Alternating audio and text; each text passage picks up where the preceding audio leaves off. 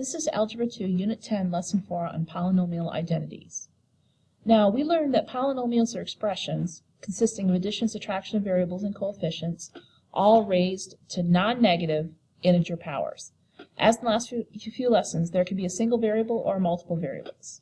So which of the following is not a polynomial expression? And explain why your choice fails to be a polynomial. Alright, so we're looking for adding and subtracting variables and coefficients raised to non-negative integer powers. Okay, so which one is not a polynomial? Well, it would be number 3, because this does not have non-negative integer powers. So it's not non-negative integer powers. These are negatives and rational numbers. So it would be number 3. All the rest of them have 3, 2, 3, 7, 7, 2, 2. All those are positive integers. So that's what a polynomial is. Okay, now, because polynomials consist of basic operations and variables, they can be manipulated using the associative, commutative, and distributive properties, which we've done a lot of times. So these operations can result in what are known as polynomial identities. So an identity is an equation that's true for all values of the replacement variable or variables. So when you're looking at an identity, you're looking for something that comes out to be true no matter what.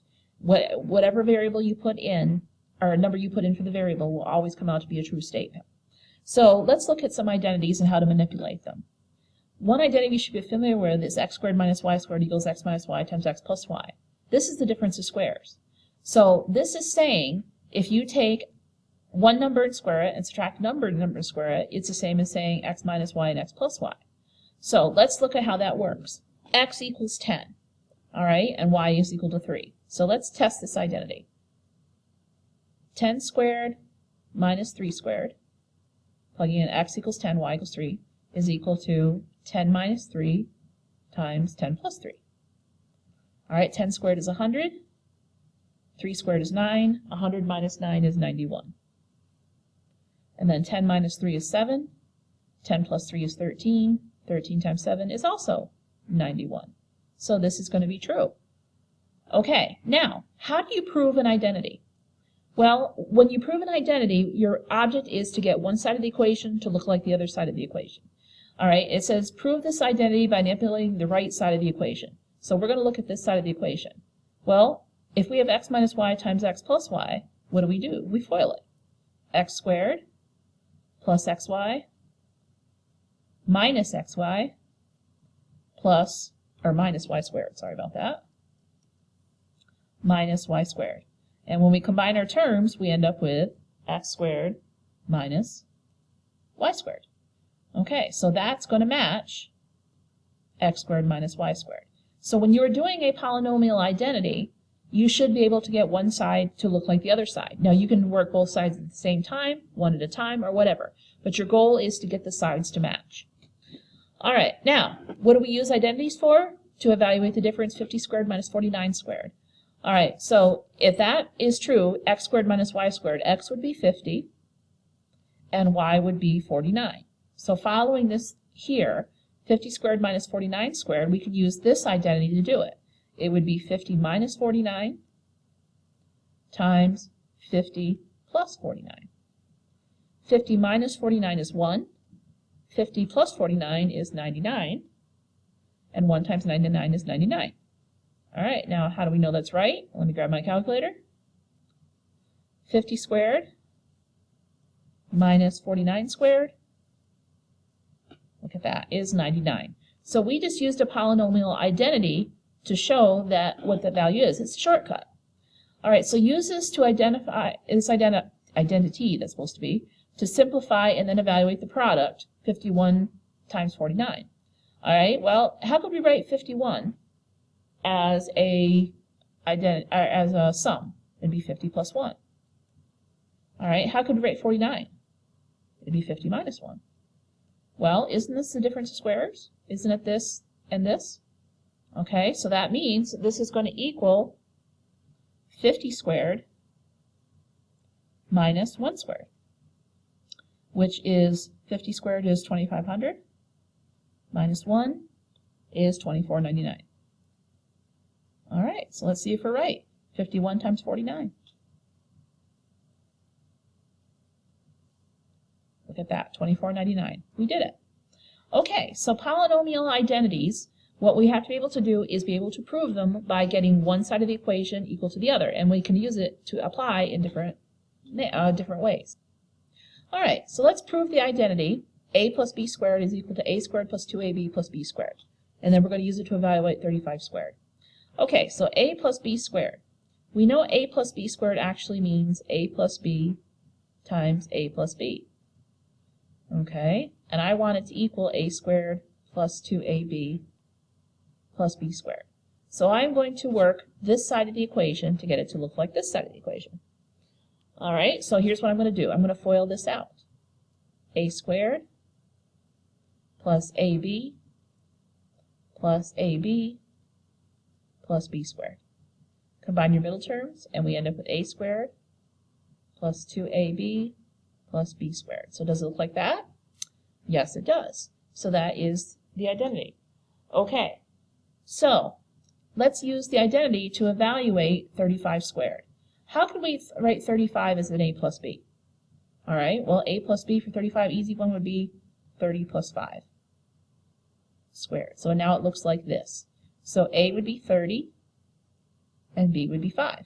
All right, so following this rule, since this is an identity, a squared would be 30 squared. 2 times a times b would be 2 times 30 times 5. And then b squared would be 5 squared. All right, so 30 squared is 900. 2 times 30 times 5 is 60 times 5, which is 300. And then 5 squared is 25.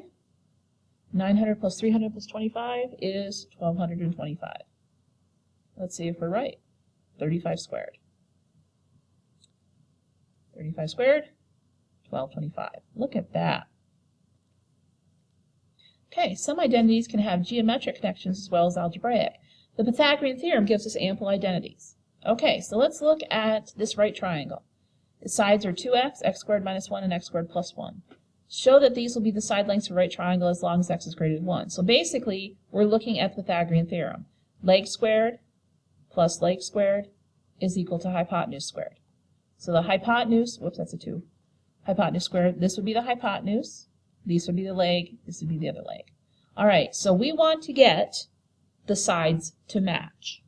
All right, so let's take a look at 2x squared plus x squared minus 1 squared equals x squared plus 1 squared. All right, so I'm going to work one side at a time and go as far as I can. All right, 2x squared actually means 2x times 2x. X squared minus 1 is x squared minus 1 times x squared minus 1. So when you square that, you write it twice. And then x squared plus 1 squared is x squared plus 1 times x squared plus 1. All right, so I'm going to multiply this out. I want them to match. So 2x times 2x is 4x squared. Okay, when I FOIL this out, I get x to the 4th minus x squared, so I'm outside inside, is minus 2x squared, and then plus 1. Okay, and then when I combine my terms, I end up with x to the 4th plus 2x squared plus 1. Okay, so that's as far as I can go on this side. Let me FOIL out this side. X to the 4th plus x squared plus 1. And then combine my terms. X to the 4th plus 2x squared plus 1. Look at that. They match. So when you are doing a polynomial identity, you can work one side as far as it'll go, the other side as far as it'll go, and when you are done, they should match. And they do. So this is an identity. Based on our work from A and on the triangle shown, explain why any even integer other than 2 must be part of a Pythagorean triple. In other words, a set of 3 integers that could be the sides of a right triangle. So let's generate a Pythagorean triple that has 10 in it and separate one that has 14 in it. Okay, so first of all, 2x is even.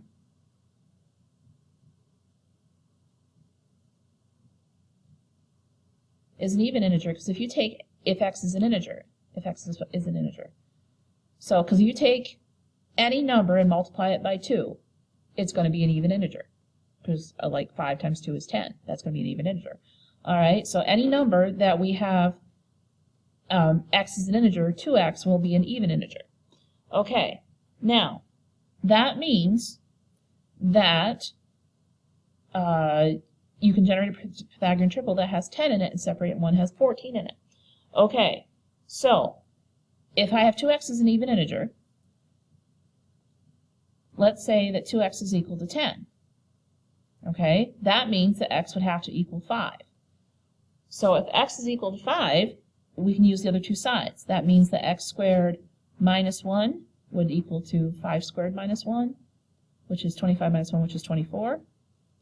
And then x squared plus 1 would be 5 squared plus 1, which is 26.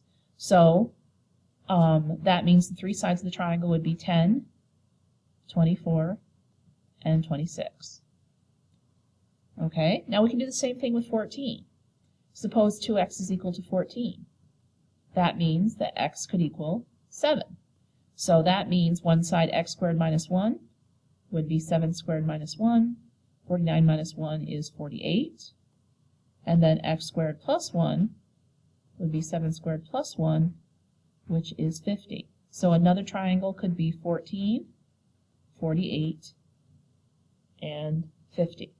So you can do a Pythagorean triple by knowing that 2x is an even integer if x is an integer, because you're multiplying by 2.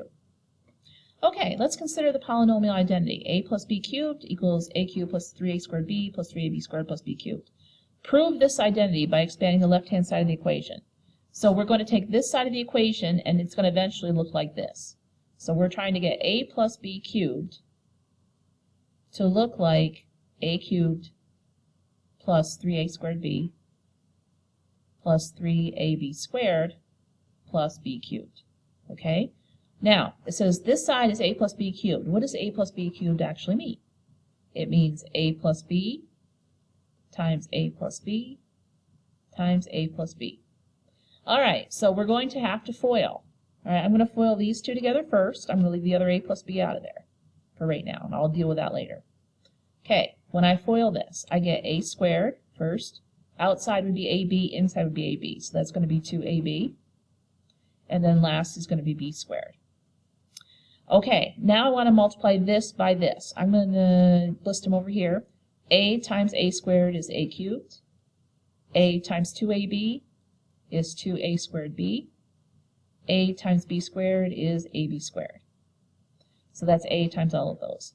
Now I also want to do b times all of these. B times a squared is a squared b. I'm going to list it underneath the one that has a common term, a squared b. B times 2ab would be 2ab squared. And b times b squared is b cubed. All right, now combining my terms, a cubed, 2a squared b plus a squared b is 3a squared b. ab squared plus 2ab squared is 3ab squared. And plus b cubed. Does that match that? Yes, it does. So that proves that this is the identity, because this side matches this side when you multiply it out.